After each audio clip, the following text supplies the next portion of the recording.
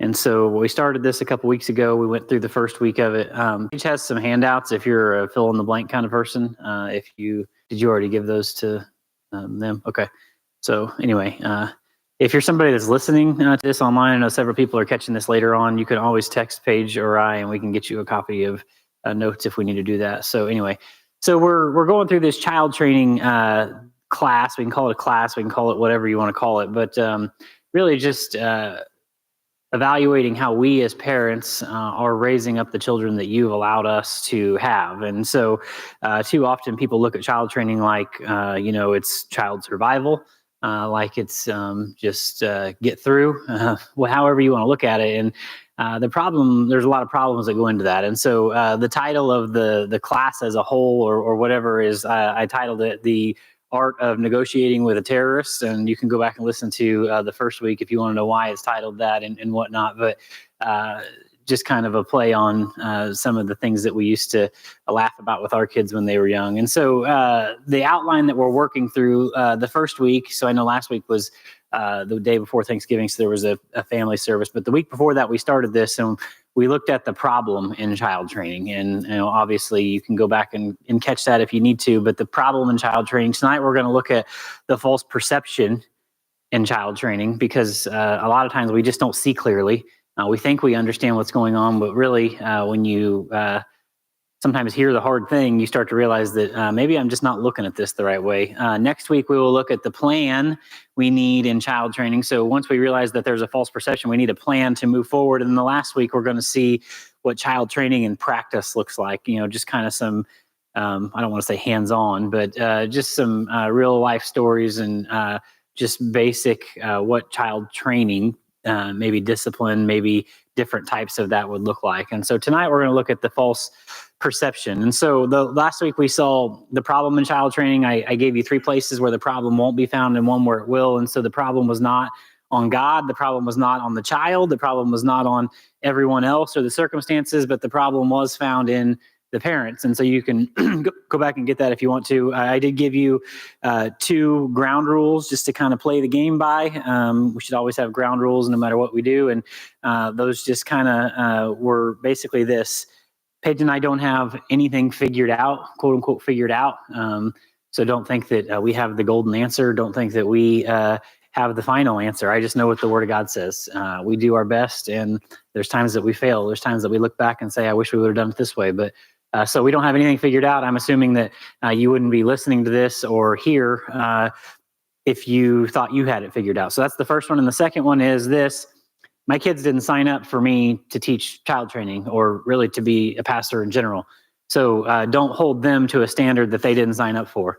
Hold them to the same standard that you would hold your own self to. And so too often we think that, oh, that's the pastor's kid, that's the preacher's kid, and we hold them to a different standard. And so my kids didn't sign up for that. And I give them the same grace that I would give anybody else's children. I expect a lot out of my kids, but at the same time, they didn't sign up for this, so don't hold them to a standard that they didn't sign up for. So that's the only thing that I ask of as I teach through things like this, is that people don't really put my kids under a microscope, because they're human. And so anyway, so okay, here's what we're gonna do. We're gonna step into tonight, and so what we're gonna talk about tonight. We saw last week that there was 2 weeks ago, a definite problem in child training in the world we live in. And at the end of the day, it boils down to the fact that we as the parents, well, we're usually the problem. At the end of the day, it's usually something that we've done, we've created, we've allowed, and we end up being the problem. So tonight I want to give you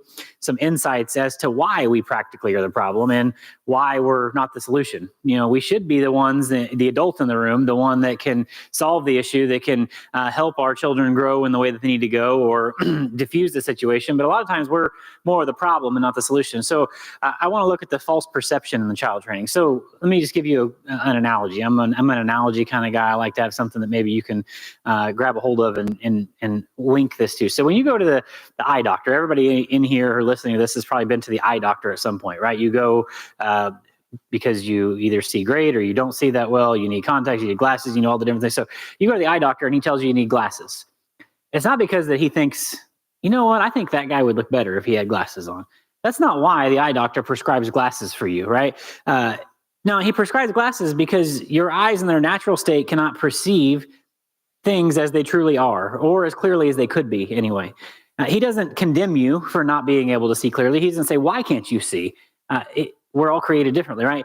He doesn't condemn you for not being able to see clearly, because it's not your fault that you need glasses. But once you know that you need them and you choose not to wear them, then the consequences are on you.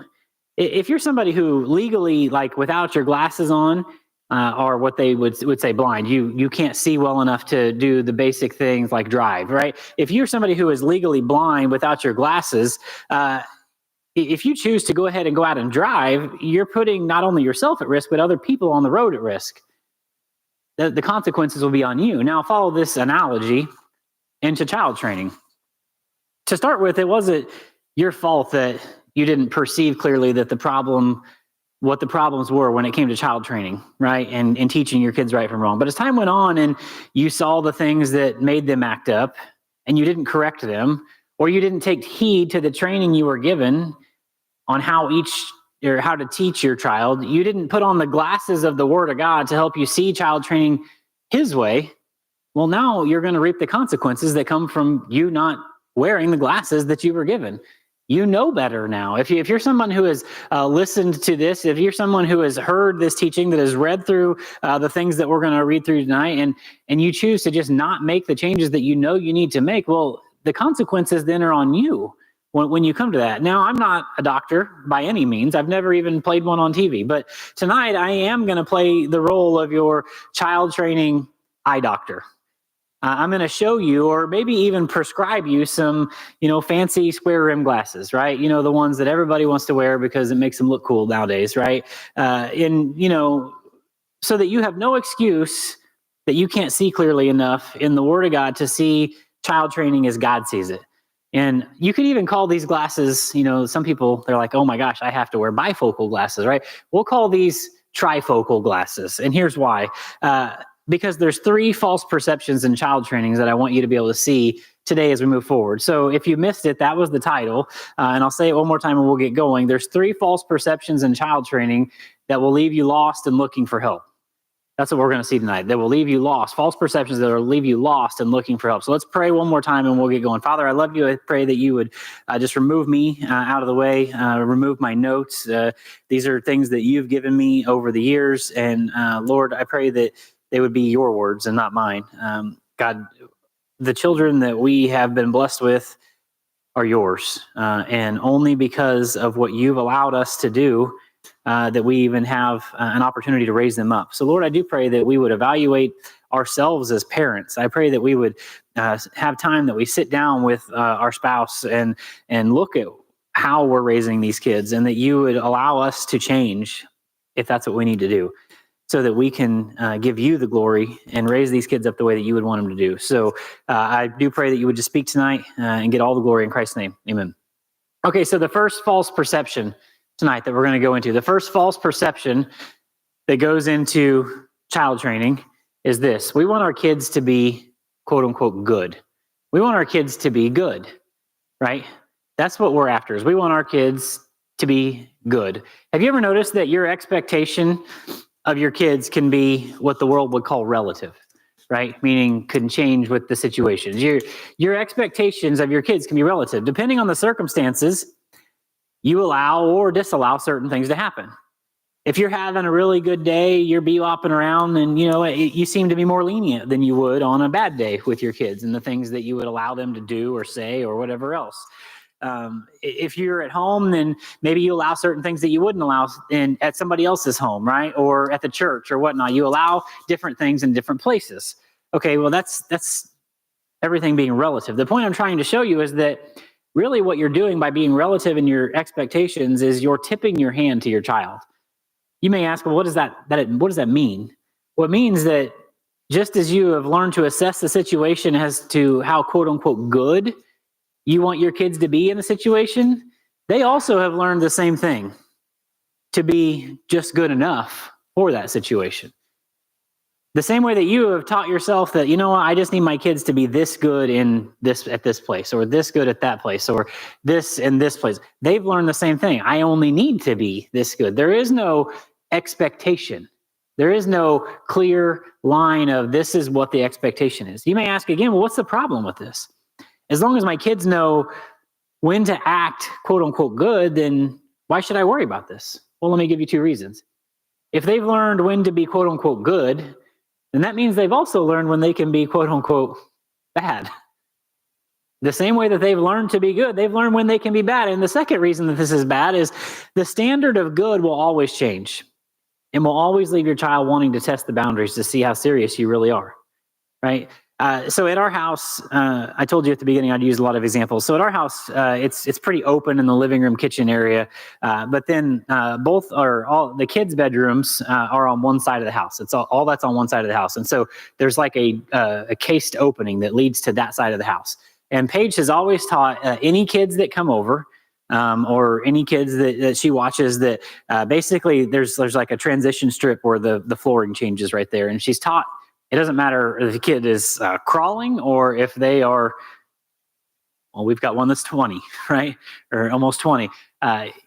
You don't cross this line without permission. Now, obviously, our kids know that's their rooms, but it doesn't matter who comes over. That's kind of like a safe zone for our kids. If they want to invite people over into that, that's fine. But nobody crosses over the line, and that's just what we do. And so it allows that part of the house to be kind of like a safe zone for our kids to be able to get away from whatever. We have a lot of people that come over for different ministry activities. Sometimes there's a lot of kids and different things, but there's a line. There's like we don't cross this line, and we make sure that is something that we enforce. Paige watches Jackson's little girl, and she just turned 1 not very long ago. Eleanor knows that she cannot cross the line. She will go to the line. She will turn around and look at you, and she knows that she's not supposed. Like, it doesn't matter how old they are; they understand you don't cross because there's a clear boundary. Now let's get to what this means. Right? Point number 1: most parenting is reactive. That's the opposite of proactive. In case you were wondering, most parenting is reactive, the opposite of proactive. Instead of showing our kids where the line is to start with from the very beginning, this is what the expectation, and setting a consequence in place beforehand, we wait for the kids to cross the line that honestly, they don't even really know where it is. And then we react negatively to it. Well, you shouldn't have done that. Why'd you do that? This, that, and the other. You may say, well, what are you trying to tell me, Jason? Well, I'm glad you asked. Point number 2, the child training must be proactive. Your child training has to be something that you have planned out. It is not a knee-jerk reaction. It's not a fly by the seat of your pants. It's not a we'll figure it out as we go.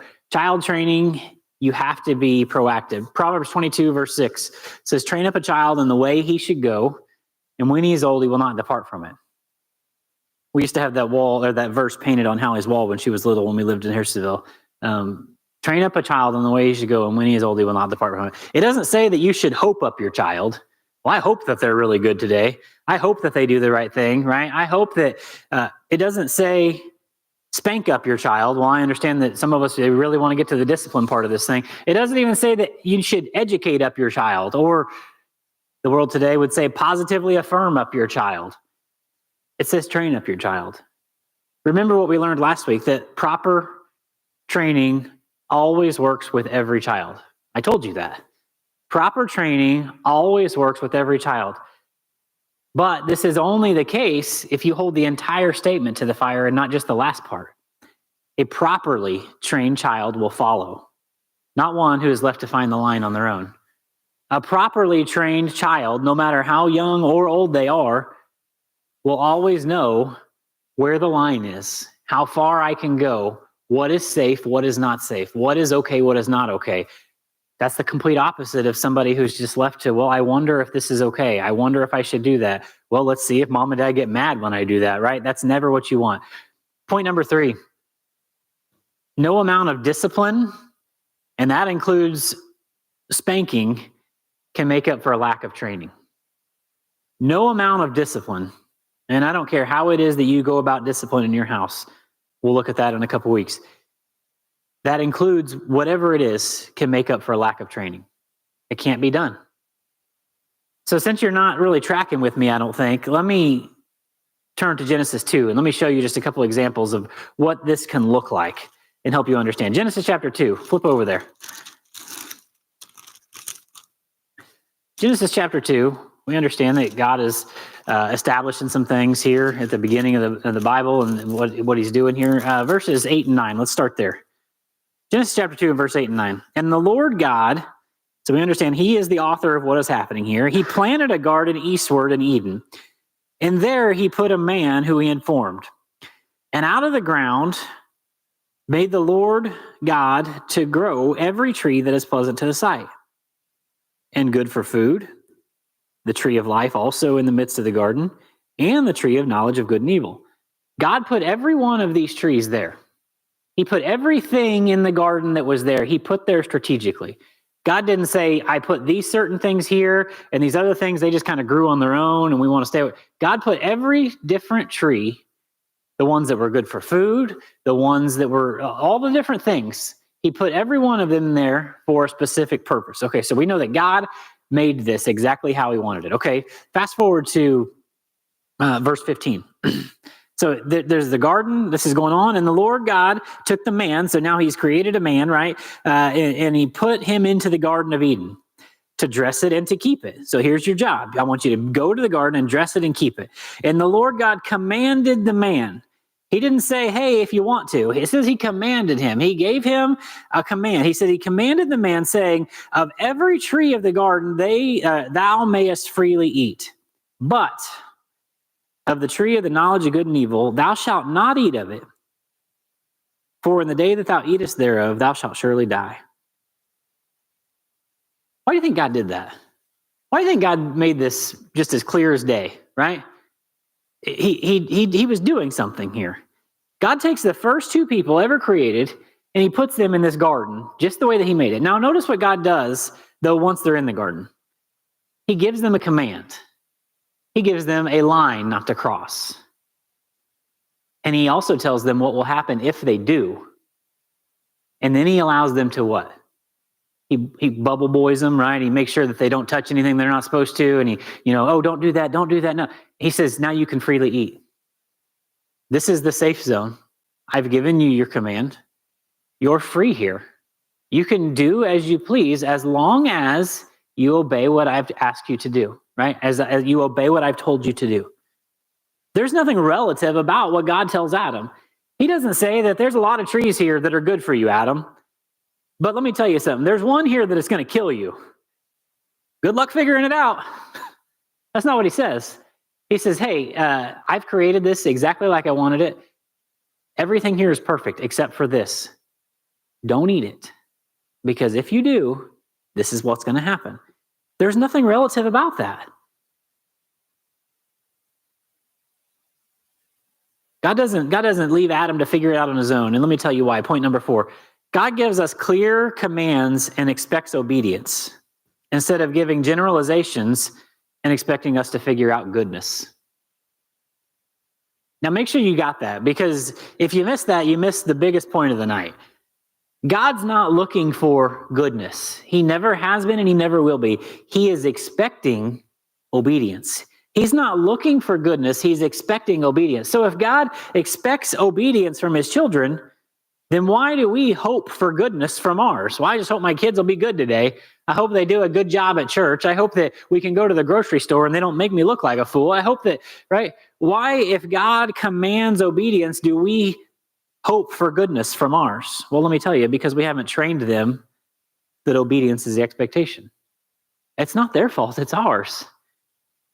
It's not our children's fault, no matter how young or old they are, that they're in the boat that they're in. We didn't give them the clear boundary. When you train a child that obedience is the expectation, then they'll soon realize that goodness is never going to be good enough. Obedience training is the missing link in most all child training today. And without it, your training will be insufficient. If you can't train your children to be obedient, child training will never work for you. Point number 5, obedience training is what is most often missed in child training. And without first training, discipline will be ineffective and insufficient. Obedience training is what is most often missed in child training. And without first training, discipline will be ineffective and insufficient.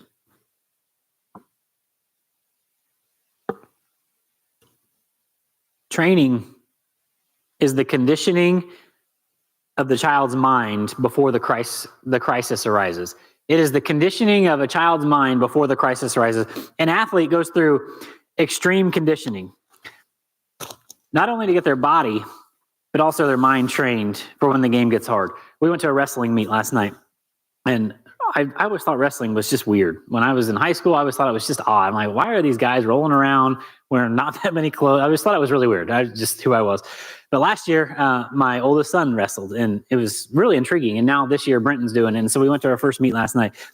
These kids have more athletic endurance than any athlete that I've ever seen. But the ones that excel, they have their minds trained.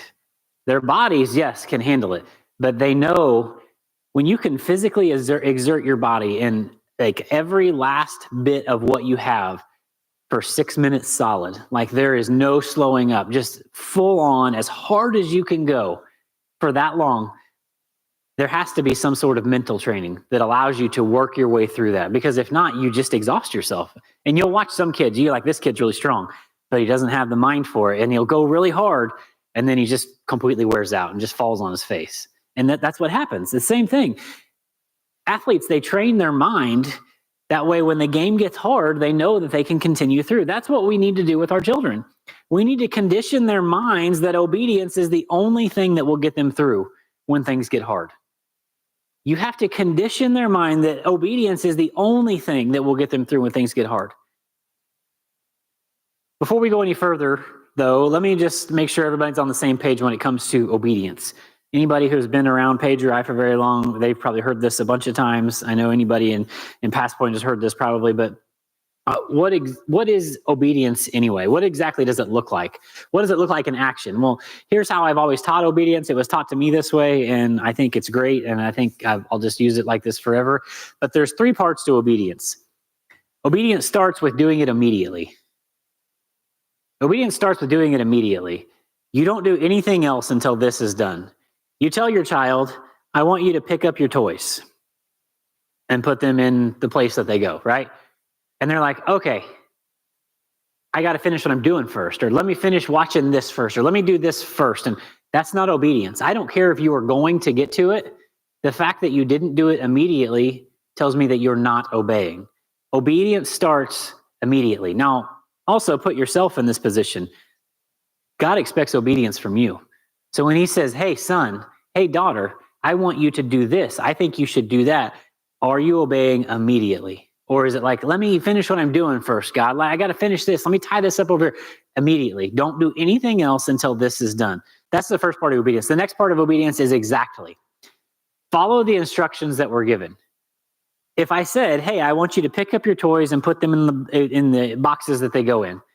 Okay, you may have went in there and took all the toys on the floor and shoved them all in a place.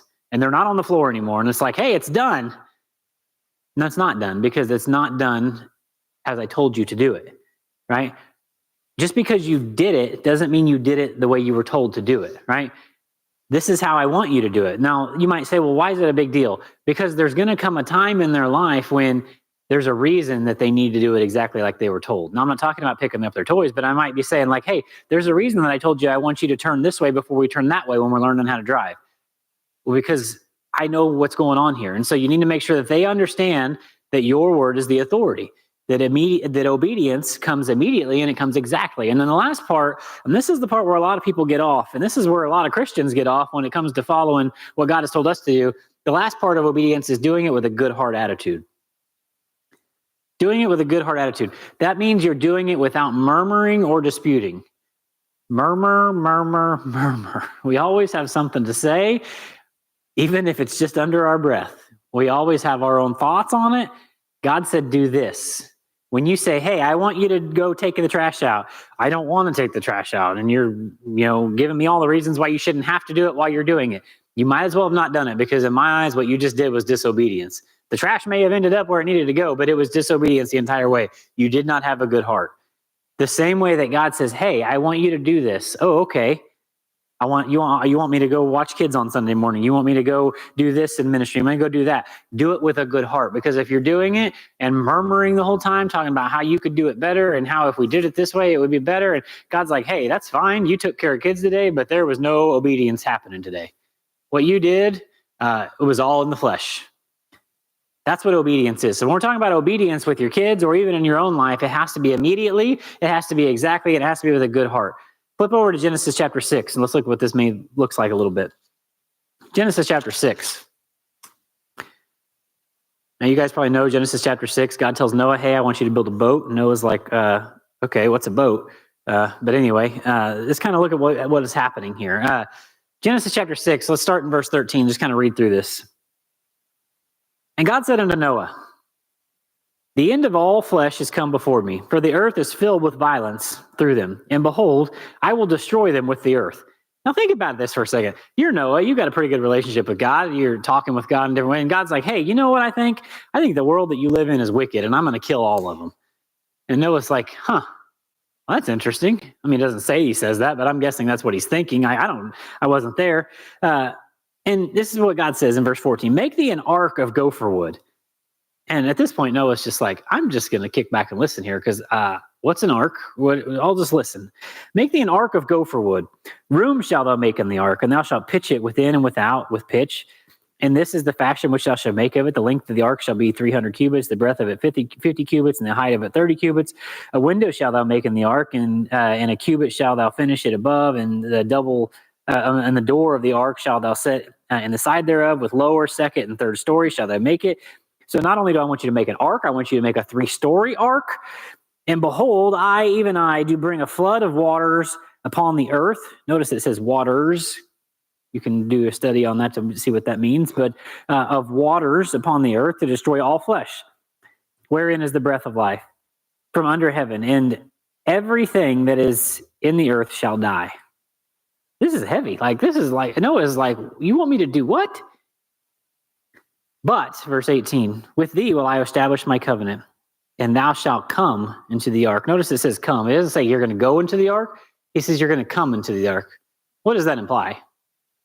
That God's already there. If God wasn't in the ark, he'd say, I want you to go into the ark. But he says, I want you to come into the ark, meaning I'm already in the ark. Anyway, just something that's cool in the story. But I want you to come into the ark, thou and thy sons and thy wife and thy sons' wives with thee. And of every living thing of all flesh, 2 of every sort shall thou bring into the ark to keep them alive with thee. And thou shalt make, and they shall be male and female, of fowls after their kind, of cattle after their kind, of creeping thing after of the earth after their kind, or after his kind. 2 of every sort shall come into thee, and to keep them alive. And now, and take thou unto thee of all food that is eaten, that thou shalt gather it to thee, and it shall be for food for thee and for them. And then verse 22. Noah finally gets a chance to be like, okay, here's what I just have a question, right? At this point, he's just like raising his hand, like, okay, God, I have a question. You want me to do what? That's not what he says. I'm overwhelmed. I can't do that. You should pick somebody else. No way I could do that. No. He says in verse 22, thus did Noah, according to all that God commanded him, so did he. One of the hardest things that God has ever asked any one person in the world to ever do, when you look at the different things that God has asked man to do over time, this has to be one of the top 10. Like craziest, hardest things that God has ever asked a person to do. He didn't really ask him, he just said, do it. And Noah, from what I read, didn't blink an eye. He's just like, okay. Okay. So you see now that if your child is trained to be obedient, then quote unquote goodness has no place in the situation. There's nothing relative about obedience. You either are or you aren't. There's nothing relative about, did you do what I asked you to do? Yeah, well, I can't, no, you did or you didn't. It's black or white. There's nothing relative about it. And obedience without all three phases is still disobedience. So before we go on, let me stop and take just a second and show you what obedience training looks like, right? Because you might be like, okay, I kind of hear what you're saying. I'm supposed to be doing obedience training, but my kids are really little. Or you might be saying, okay, I am supposed to be doing obedience training, but my kids are kind of old. So what does this look like? Okay, so I'm not just going to tell you, hey, go do this. There's nothing that like drives me more crazy about the church. I'm not talking about HBF. I mean the church in general than this. People stand in the place that I'm standing, and I'm guilty of this at times too. And they say, if you only did this, then things would be better. Okay, well, tell me how to do that then, right? Or if you just did that, if you would just be more holy, if you would just, okay, give me a black and white. Like, how do I do it? Give me a tool. Give me something that I can do that. Show me, right? And so I want to make sure that I'm not just saying, hey, obedience, train your children. Now let's move on. Let me tell you what that looks like. When kids are really little, maybe just old enough to walk or really understand, right? You understand that, like, when kids are babies, they don't understand even what you're saying, right? They're just like, feed me, change my diaper, put me to sleep, in that order, right? Over and over again. But when they get old enough to at least understand, they don't even have to be able to talk back. And I mean communicate back. I'm not even talking about talking back yet. I'm talking about Paige does this thing, and we've done it over the time, but she does this thing called the obey game. And so basically she will give just a very basic command. And you can do this with kids all the way up till, they're old enough to be like, I don't want to do that anymore. Right. But, and you just a simple command. Hey, I want you to go over and pick up this ball and go put it over there. Right. Something very basic. I want you to go pick up your shoes and set them by the door. Something very basic. Like, why? Just because I told you to, right? There's something super basic. I want you to go take this cup and set it on the counter. Well, why do I have to do that? Something very simple. And it's the obey. She called it the obey game. And she would play this game with our kids all the time. And the key was, hey, every single time that they would do what they were asked to do, she would give them praise. That was really good. You obeyed perfectly. You did exactly what you were told to do. That way they understood that when they did what they were asked to do, there was always good communication. There was always praise that came with it. There was always affirmation that came with, you did the right thing, right? But then if they didn't obey, they didn't come through, then you show them, you start to teach them. That's not obedience. Obedience is just doing the simple thing. And so it was fun for the kids for a while, especially when they're kind of young, because kids love to hear that you're doing a good job. Kids love to hear that that was great, right? They get a big smile on their face. They'll do it for hours sometimes. Okay, and because they want to hear that. You're showing them what obedience is. You obeyed perfectly. You did exactly what we were told, right? You would even play. I remember when Hallie was little. And this is a long time ago now, so Hallie's in high school, but I remember when Hallie was little, and we had this little TV, what do you call that thing, credenza under the TV, right? It's like basically a thing, a piece of furniture that's on there, and there would be different things on it, right? And Paige would always put something on there that Hallie really wanted that she wasn't supposed to have. Now, most parents would be like, just move the thing, but it's a training object. Every time that Hallie would go and touch what she wasn't supposed to, Paige would tell her, oh, no, don't touch that, right? Or no touch, whatever your phrase would be. Don't touch that, no touch, no ma'am, whatever it is, right? Just don't do that. And so she would basically, oh, don't touch that. And she would go get her and just move her to something different, right? And so, okay, that at this point, you're just allowing an object to be there so that they can learn, okay, I'm not supposed to have it. But when they start to get old enough, and now this is little kids, when they start to get old enough to go to whatever the object is, see it, and I remember Hallie doing this, she would see it, she would reach out to touch it, and she would stop. She would turn and look to see if anybody was watching her, right? And then she would go get it. Okay, now that's when you're ready to start putting some sort of discipline with your object training, because they have associated in their mind, I'm not supposed to have this. So much so that I need to make sure nobody sees me get what I'm not supposed to have, okay? You tracking with what I'm saying? So God did the same thing with the tree in the garden with Adam. God said, hey, I made a whole lot of really cool trees, but there's one over here you can't have. There's one over here you're not even supposed to, don't have it. Don't eat of it. Don't do anything with it, right? You can't have that one. God did the same thing. You shouldn't have to, talking about little kids, you shouldn't have to baby-proof your home. Your obedience training should home-proof your baby, right? Now I understand there might be times when you want to make sure that the kid doesn't get to the cleaning supplies under the sink. But even with that, your kid should know I'm not supposed to be there, right? Proper training will prevent all of that. And you might say, you don't understand my child. You don't understand my God. I'm telling you, this works every time with every child if you do it correctly. If you put in the work, you shouldn't have to baby-proof your home. And as they get older, you shouldn't have to dummy-proof your kids. Your kids should understand, I can't do that. I shouldn't do that. Not that I can't, I don't want to do that. That's not something that should be in my desires. I have been trained that that is not something that is good for me, right? When you start young, it's so much easier. Now go back to last week. If you're just now starting to implement this, it's going to take a while, especially if your kids are older.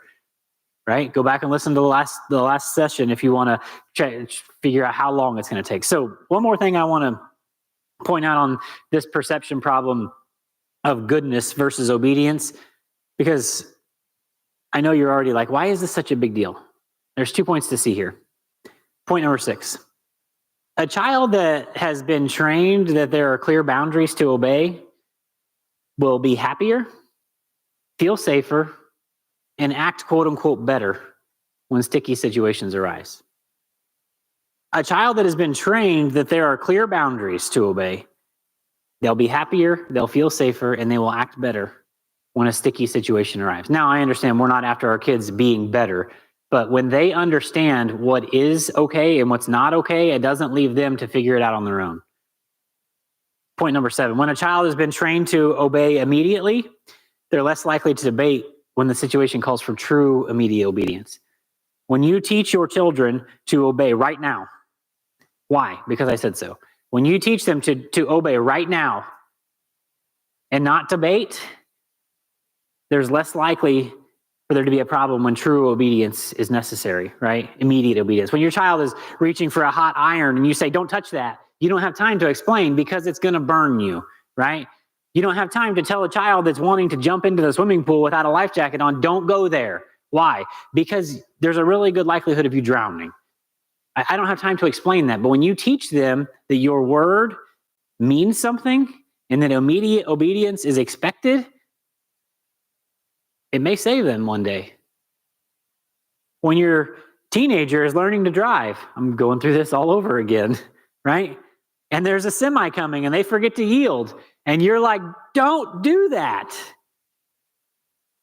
When you've trained them that obey immediately, ask questions later, it may have just saved their life and yours, right?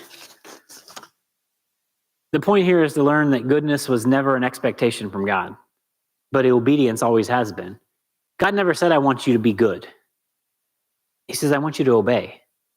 And it's always going to be the standard that God has for his kids. So why don't we try it with our kids? If obedience is the standard for what God has asked from us, then why wouldn't it be what we ask from our kids? That's what he wants. That's the first false perception. We want our kids to be good. Okay, well, that's not right. Okay, the second false perception, because we need to get moving. We want our kids to be, well, better than other kids. I want my kids to be good, but if they can't be good, here's what I want. I want them to at least be better than those other kids, right? So the first one was we want them to be good, and reality, God wants them to be obedient. Ephesians 6:1 says, children obey, not children be good. But anyway, our next false perception is that we want our kids to be better than other kids. We would love for our kids to be obedient, right? You might be thinking, yeah, that sounds great, but in reality, we would just settle for them to simply be better than those other kids, right? It goes along with the thinking that, if a bear is chasing you, I don't really have to outrun the bear. I just need to be faster than the people that are with me, right? As long as I'm not the slowest one, then and it's the same type of thinking. I just want my kids to be better than those other kids. That's not. As long as your kids aren't the quote unquote problem kids, then you feel like that you're off the hook. Well, this is bad logic. Not just for you, but also for them. With this line of thinking, and you might be like, well, why would somebody think like that? I wonder the same thing, but I promise there are people that think like that. With this line of thinking, it teaches your kids that as long as they're better than most, that they're going to be accepted. It's thinking like this that will leave them thinking, point 8, we're teaching our kids that as long as they're better than the majority, then they'll always be accepted. And this teaching will leave them lost instead of saved. Well, I'm better than most people. I'm better than those wicked people. I'm better than that. That's the kind of thinking that leaves a lot of people in the world lost and not saved. They don't see that their sin is exceeding sinful. They don't see that it is them that is the problem. Put yourself in this situation, because I know you've probably been there. And if you haven't been there, you've at least seen this. You're in a public outing, and you have expectations for your kids to follow, right? Hey, this is what I want you to do when we get there. We're not going to do this. We can't do that. Okay. But once you see how the other kids are acting at the same area, right, you become much more lenient because, well, compared to those other kids, my kids are saints, right? Compared to those kids, I mean, holy smoke, we just got done with Thanksgiving, right? We all spent some time with family. Sometimes we have family that's got some kids that are crazy, running around screaming, and we're like, man, I thought we had some work on child training to do, but you know what? Turns out we're doing a pretty good job, babe, because you see them other kids? That's not a good thinking, right? Have you ever been in that situation? Here's my question to you. Why does the standard have to change? Why does it have to be like, well, this is what we told our kids we expect out of them, but well, compared to, their cousins or compared to those kids that, oh my gosh, you guys are fine. You're fine. It's fine. They're not doing exactly what we told them to do, but you know what? They're not screaming. They're not yelling. They're not running. It's fine. Why does the standard have to change at all? What you're teaching your child in this situation is point 9. Obedience is only expected at certain times and in certain circumstances. That's what we teach our children for the most part. And it's totally false. But we teach our children that obedience is only expected at certain times and in certain circumstances. Let me give you a real life example. I know that every one of you, and I'll just say that you've seen this happen because nobody likes to admit when they are that person, right? Nobody likes to admit it. But I guarantee you are this person at some point in your life. This is what conditional obedience looks like, played out in real life. This is just a scenario. Mom and dad, they're tired. It's been a long day. They're simply glad it's finally time to sit down at the end of the day. We're finally done with dinner and just turn the TV on. Just let me breathe for a minute. Oh my gosh, we've got 30 minutes and we can put these kids in bed and we can breathe, right? We've all been there. Next, their kid starts to do something that's out of line, right? Parent 1, I won't say which one's mom and which one's dad. You can figure it out in your house what it looks like. Parent 1 tells them to stop. Hey, quit doing that. You can't do that. But nothing else. That's all they've done. A few minutes later, the child hasn't changed a bit of what they were doing, right? Still completely out of line. So parent 2, well, they've got to make sure they support parent 1. So they tell the child to stop, but they do it in much more stern voice. I told you can't do that, right? You're not going to disobey, right? You're not going to, a much more stern voice, because that's really going to get through to them. This continues back and forth until, well, I like to call the countdown to shame begins. You cannot do that. If you keep doing that, I'm going to, you fill in the blank. Right? 1, 2, 2.5. Am I really going to have to get up? When I get up, if I get to 3, I'm going to get up, right? Let me just explain to you, friend, what has happened in this situation. Nobody likes to hear this. We've all seen this because we've all done this. Some of us still do this. I don't know who when I say that, but let me just explain to you what has happened in this situation. Point number 10. When a parent resorts to the countdown of shame, the child has effectively trained the parent to give them to the count of whatever before obedience is actually expected. Now, nobody likes to hear that. The reason nobody likes to hear that is because it's 100% true. What has happened in this situation, friend, is your children have trained you. Your children have learned exactly how far that they can push, exactly how far they can go. They've drawn the lines, not you. They've set the standard, not you. They run the house, not you. Nobody likes to hear it. But when a parent resorts to the countdown of shame, the child has effectively trained the parent to give them to the count of whatever it is before obedience is even expected, let alone something's done about it. Here's another point before I move on. Point number 11. Anytime you don't hold to the standard of immediate obedience and correct it when it's absent, those two things go together. When you do not hold to the standard of immediate obedience and correct it when it is absent, you're effectively training your child to obey only when the authority is irritated. You only really need to obey when I'm mad. You only really need to obey when I raise my voice. You only really are expected to do something when I actually get up. If you don't train immediate obedience, your children are training you. You might be like, well, my kid's little, or my kids are teenager. My kids are, I'm just telling you, I've seen some things.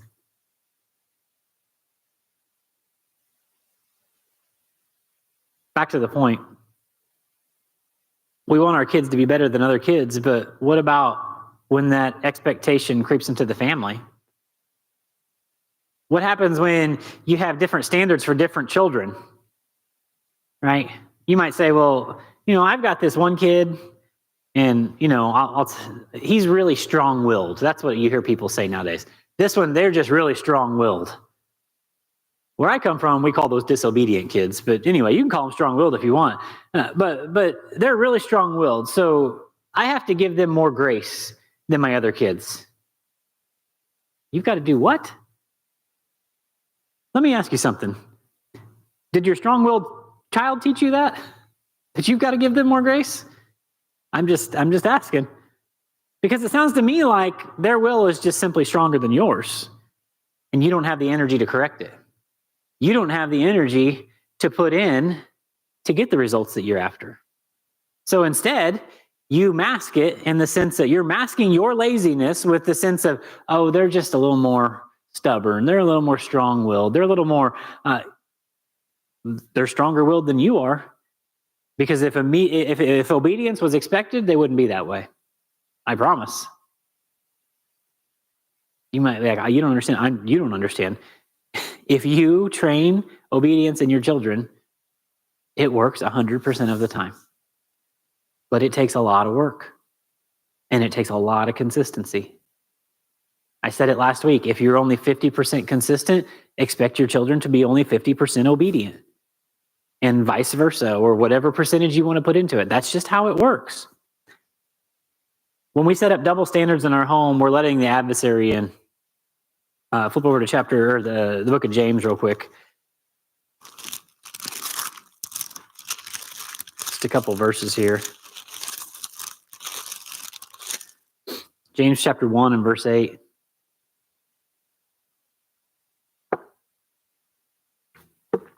James chapter 1 and verse 8 says, a double-minded man is unstable in all his ways. Fast forward to James chapter 4 and verse 8. James 4:8. The first one was James 1:8. I'm sorry. James 1:8. And then the second one is James chapter 4 and verse 8. Draw nigh unto God, and he will draw nigh unto you. Cleanse your hands, you sinners, and purify your hearts, you double-minded. There's another verse that says a double-minded man is unstable in all his ways. Right? There shouldn't be a double standard. Point number 12, double standards. And here's what really happens sometimes. Dual authorities are a lot alike in the fact that all they do is bring confusion when there should be clarity. Now, nobody likes to talk about double standards, but everybody wants to talk about dual authorities. Well, if my husband would just get on the same page with me, if my wife would just get on the same page with me, or, we're not married, and so they've got a different family over there, and there's different expectations, and we always want to talk about these dual authorities, and I really can't do anything about it. And okay, well, there's a lot of different scenarios. I understand. We can look at all the what ifs. Let's start with, if both parents are in the home, we need to start with having a strong marriage, and a strong marriage is going to lead to strong child training if you choose to do that, okay? So That's on you. Take the steps that you need to do to be on the same page where there aren't double standards or there aren't dual authorities. And if you are separated for whatever reason, you can only play the cards that you're dealt.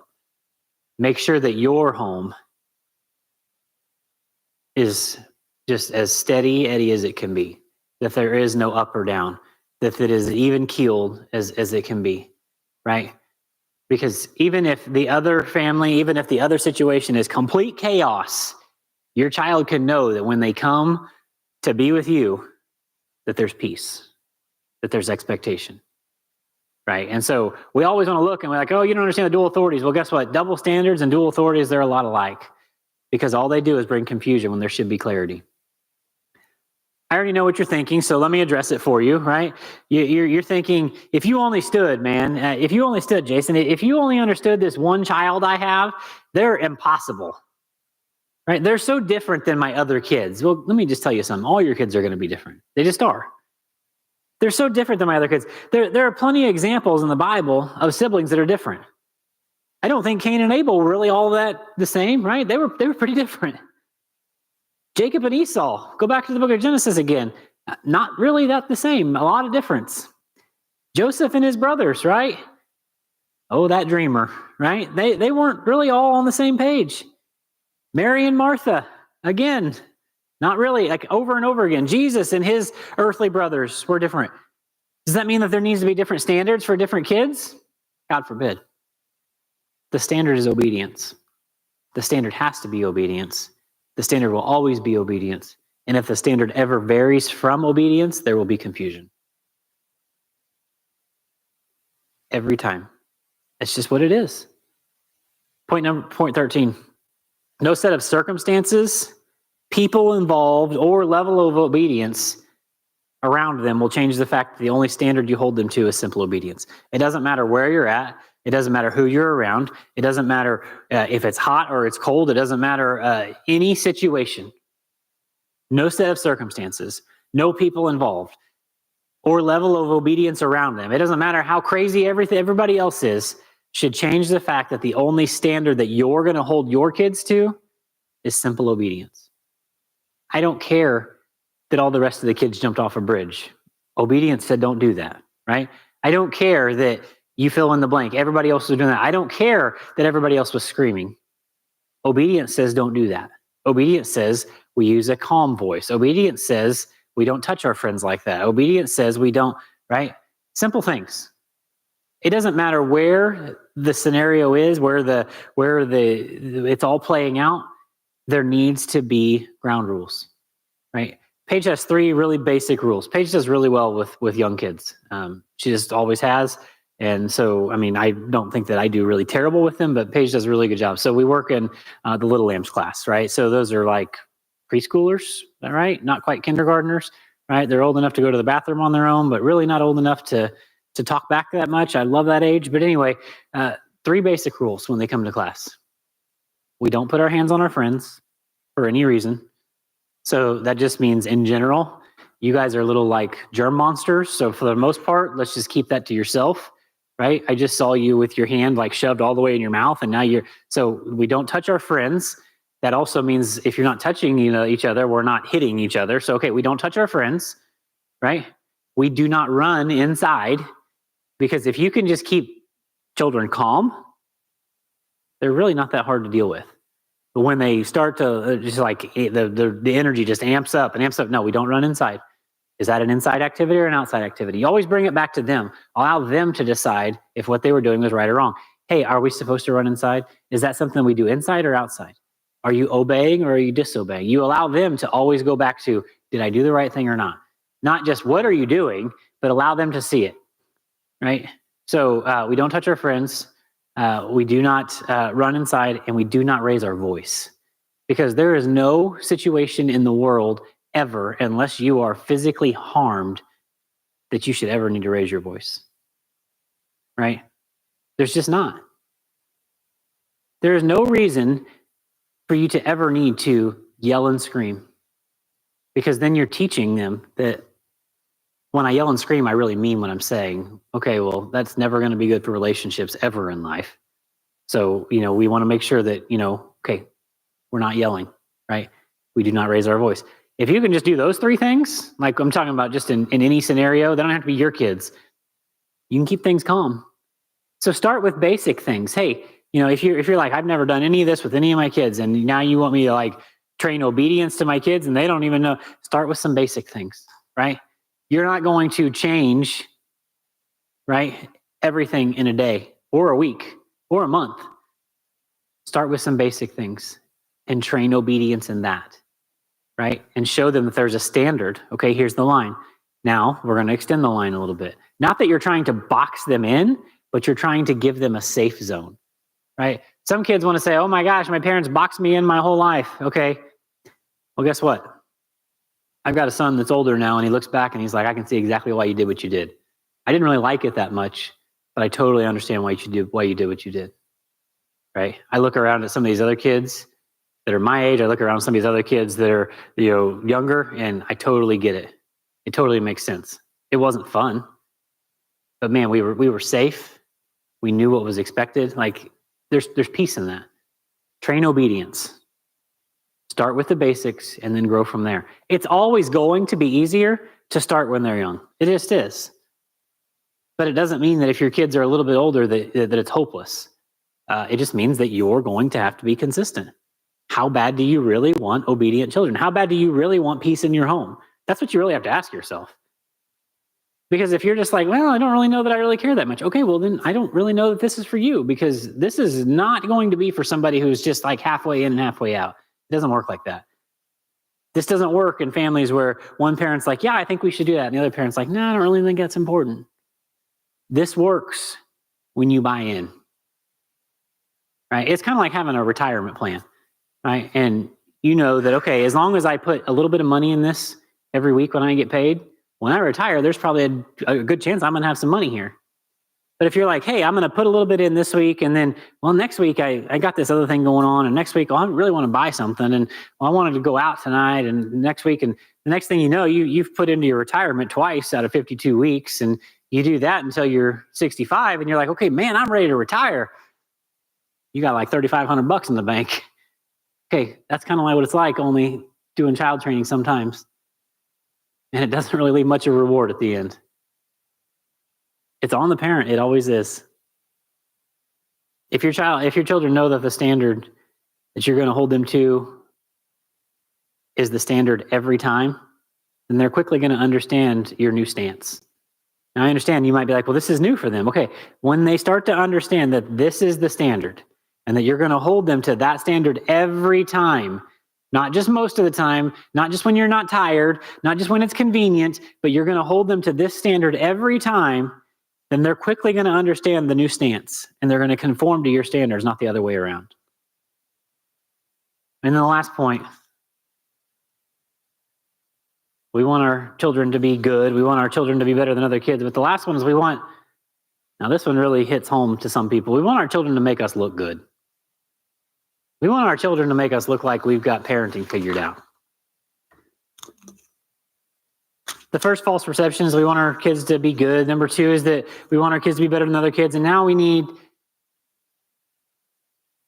the third layer of your little trifocal glasses, because we want our kids to make us look good. We have the perception that as long as our kids make us look good, make us look like good parents, then we've done our good job. Here's the problem with that thinking.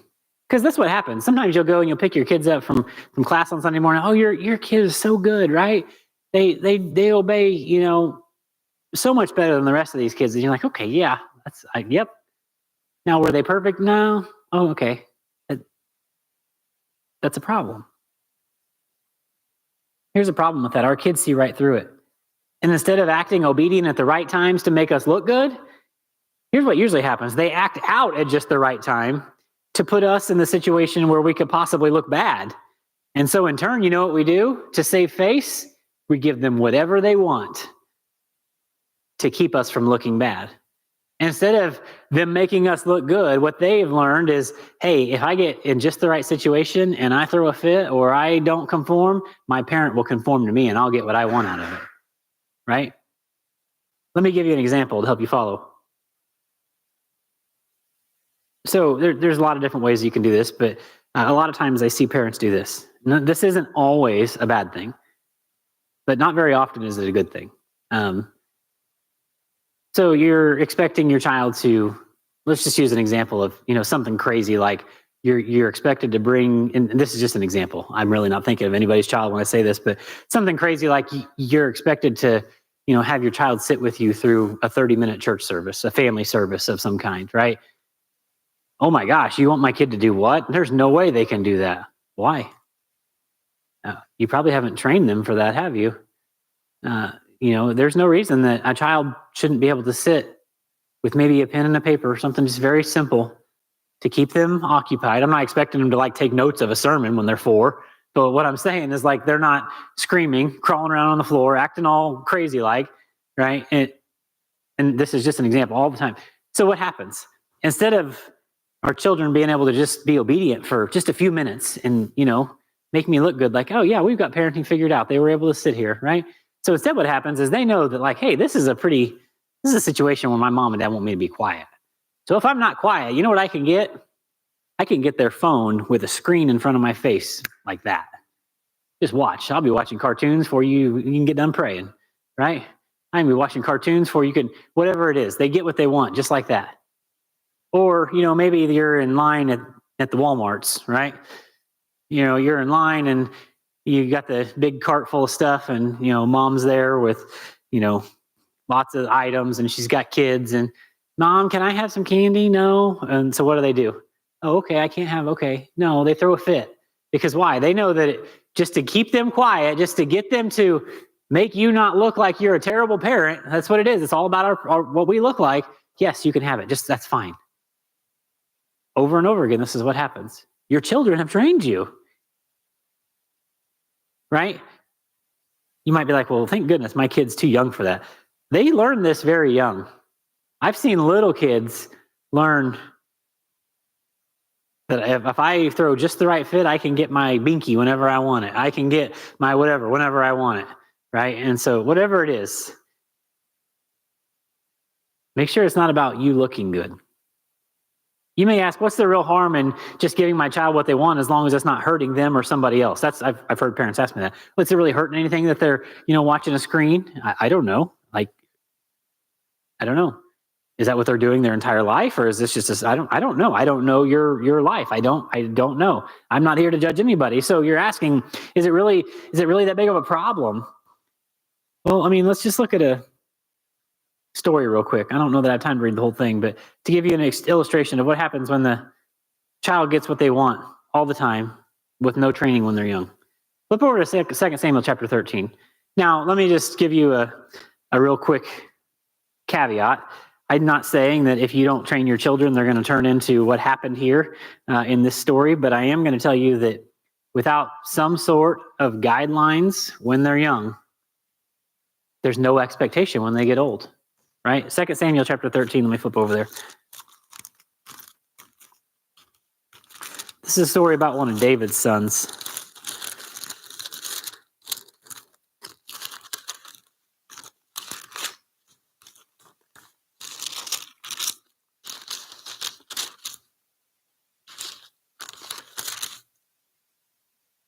That's 1 Samuel. No wonder that's not right. Sorry, I'm getting there. I promise. Okay, 2 Samuel chapter 13. Let me just read through a little bit of this and then we'll wrap this thing up. Because this is what happens when there's no expectations for children when they're young all the way up through when they get older. And then when you try to tell them when they're older, oh no, you can't do that. Well, why? I've done whatever I wanted since I was young. Okay. Chapter 1, or verse 1. Chapter 13, verse 1. And it came to pass after this that Absalom, this is one of David's sons, the son of David, had a fair sister whose name was Tamar. And Amnon, the son of David, loved her. And Amnon was so vexed that he fell sick for his sister Tamar, for she was a virgin. And Amnon thought it was hard for him to do anything to her. But Amnon had a friend whose name was Jonadab, the son of Shemaiah, David's brother. And Jonadab was a very subtle man.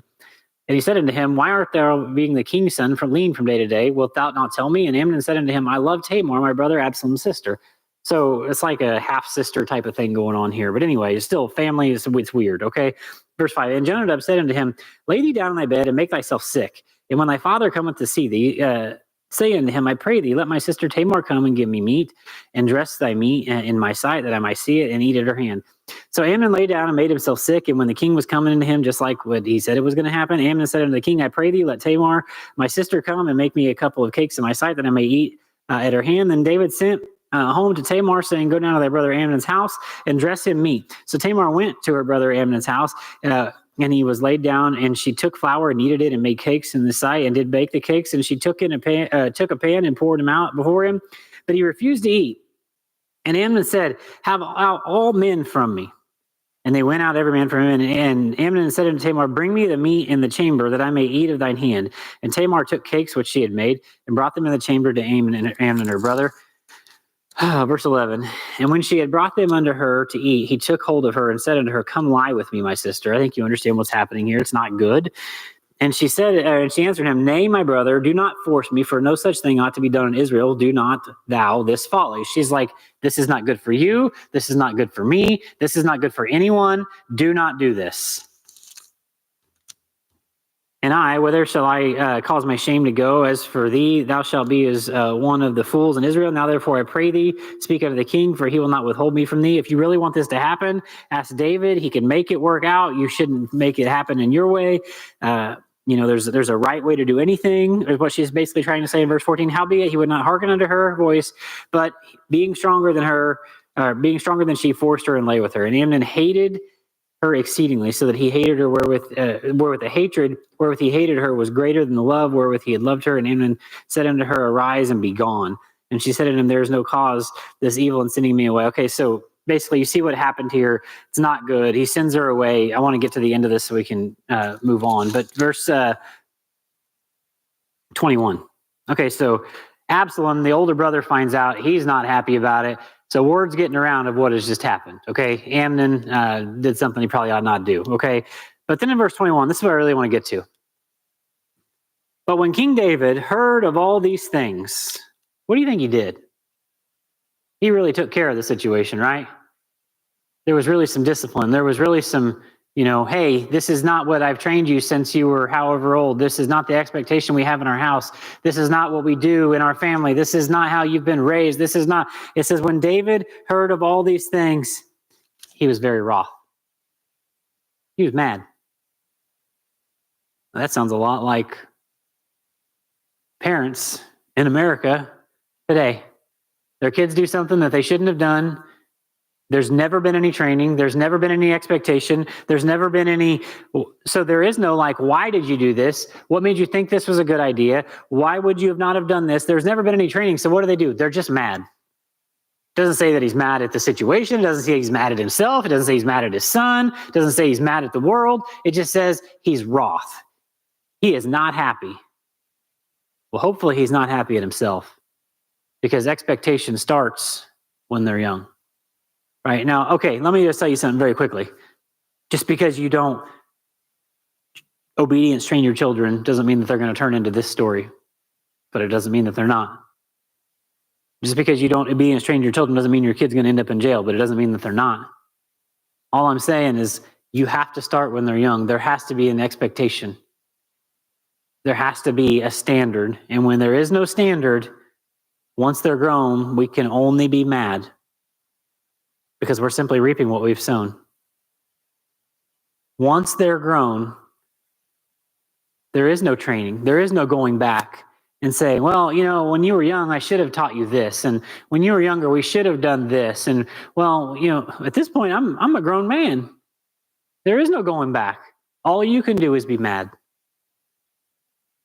because of what you could have done, what you should have done, what you might have done. We're simply reaping what we've sown. If you're still not picking up what I'm laying down, or you're still not getting what I'm trying to say here, let me give you 3 real life, in my own home examples of how I've seen kids from here have flipped the script on you, and not only made you not look good, but in turn have actually shown you who they really are when kids aren't around. Just a couple of quick things. I've heard people say, My kids, they're just crazy. They're just loud. That's just the way they are. Our house is crazy. It's just the way that it is. My kids don't eat that. They only eat chicken nuggets, right? They only eat whatever it is. Like my kids only do this. It doesn't matter. That's just the way that it is. The thing that's really funny is like we've had several different families of kids come stay with us for weeks at a time for different reasons. Parents went out of town, maybe went on vacation, maybe went on a trip, maybe did this, that, or the other. And hey, can we watch? Yeah, we'll watch your kids. The crazy thing is all of the things that people say our kids don't do that. When you give them a standard, by day 2, they'll do all of those things. They'll eat the food that they're given, right? Not that Paige is like super mean. She's just like, hey, this is what we have for dinner tonight. This is what we're going to have.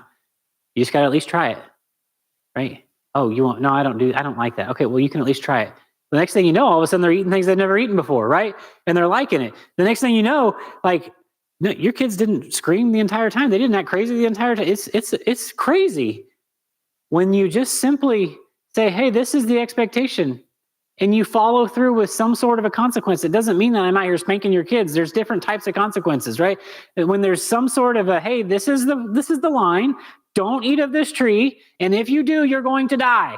Now, that's not what we told your kids. We didn't say, hey, eat your food or you're going to die. That's not what we did, but we said, hey, this is the standard and this is the consequence, right? And when there's a firm expectation every time, oh my gosh, your kids are angels. They've got you fooled. I'm not saying, I'm just saying. Point 14, your kids have shown that they know what obedience is, but that it's not expected from you on a regular basis. That's what I've learned. That in general, your kids have shown they know what obedience is, but that's not expected from you. Here's another thing I've seen. People will come over and, oh, my kids they don't hear me. I have to yell. I have to raise my voice. They just don't hear it, right? Oh, there's so many kids around and there's so much happening and I have to raise my voice. And no, you don't. Your kids have you fooled. Your kids, point 15, have shown you that they know that you're not really serious until you're yelling and irritated or mad. Your kids have trained you. They know that unless you're yelling, they're not going to do anything. Are you kidding me? They're not getting up. They're watching TV. They're not getting up. They're scrolling through whatever on their phone, right? They're not going to do anything. It's not until you're yelling or you're irritated or you're mad, okay, now we probably ought to do something. Your kids have you trained. Or here's the worst one, and I feel terrible for kids like this. People will come over to our house for whatever. Maybe it's for whatever. Maybe for dinner. Maybe for whatever. People come over for a lot of different reasons. Sometimes I don't want to use any specific examples. I don't want people to think I'm talking about their kids in particular. But they'll say their kids will be doing something, and they'll be like, "You can't do that." And the kid will be like, "We do this at home all the time." Whether they say it or not, they're like, we do this at home. No, you can't do that. And now all of a sudden there's like extra discipline. Like they're trying to over discipline their kids to show Paige and I that like, hey, we discipline our kids. And it's like, I don't care. Like that's on you. You need to talk to God about that. What does that look like in your life? I don't know. But like all of a sudden there's this new, like I'm the authority standard and the kid is just completely mind blown and they're just confused as all get out because they're like, we do this all the time. We run all the time. We yell all the time. We do all the, and all of a sudden it's like, now we can't do this. We can't do that. And they're just completely confused. And I don't know what to do. You're consistently consistent. Point 16. Your kids have shown you that your kids have shown that you are so inconsistent with your training at home that when you actually follow through, when you're in public, that they're caught off guard and they're actually confused. You're so inconsistent at home. There really is no expectation at home. So that now when you come to church or when you come to somebody's house and it's like all of a sudden, oh yes, we're definitely going to be, obedience training. They're like, what are you talking about? I don't even understand what we're doing here. Why am I in trouble? Why are you yelling? Why are we? They're just confused. What's the Bible say about your children's actions and you're looking good because of them? Well, it says something, but not so much about looking good per se. Let me give you a few verses and we'll be done. Proverbs 29:15. The rod and reproof give wisdom, but a child left to himself bringeth his mother to shame. Proverbs 10:1. The proverb of Solomon, a wise son maketh a glad father, but a foolish son is the heaviness of his mother. Proverbs 17:25, all these verses should be at the beginning of this point if you need them. Proverbs 17:25, a foolish son is the grief to his father, and bitterness to her that bare him. Proverbs 17:21, he that beareth a fool doth it to sorrow, and the father of a fool hath no joy.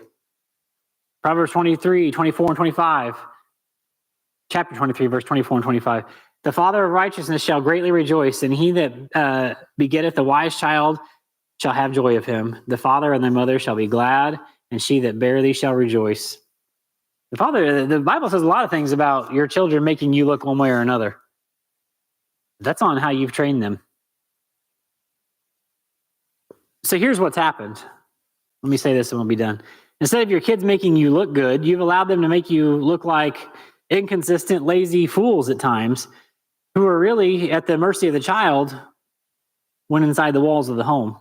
That's what it looks like to me. This is why I prescribed you these glasses. Because just like when you got your real glasses, now you can see things that you couldn't see before. You needed to put those glasses on for tonight so you could see how much you really were not seeing all along. Like, I understand that sometimes these things are not really fun to hear, but it's like having like something on your face after you eat lunch, right? You got a little something on your cheek or something, and like nobody likes to hear, hey, you got something on your face, dude. Nobody likes to hear that. But I'd rather hear that from one person than everybody the rest of the day look at me like I'm a fool because nobody said, hey, just get that stuff off your face, man. You got like mustard on your face. Nobody likes to hear somebody call them out. But it's better than everybody throughout the rest of the day or the rest of who knows how long thinking, man, they look like a fool. Nobody likes to hear it. You don't really want to hear what they say, but you're glad at the end of the day because I told you, because now you can address it and everybody else doesn't see it. Okay, so what did we learn and we'll be done? We want our kids to be good. We want our kids to be better than other kids, and we want our kids to make us look good. But the key point for tonight and the key thing that you need to meditate on before we come back next week is we need to train our kids to be obedient instead of hoping that they'll be good. Because obedience is God's standard. We need to train our kids to be obedient instead of hoping that they'll be good. Let's pray. Father, I love you. I thank you for today. I thank you for just loving us. I thank you for allowing us to train up the children that you've given us in the way that they should go, so that when they're old, they will not depart from it. Lord, I do pray that we are good stewards of what you've given us. Lord, some of us have one child, some of us have none, some of us have a whole quiver full, as the Bible says. I pray that we're faithful with what you've given us, because to whom much is given, much is required.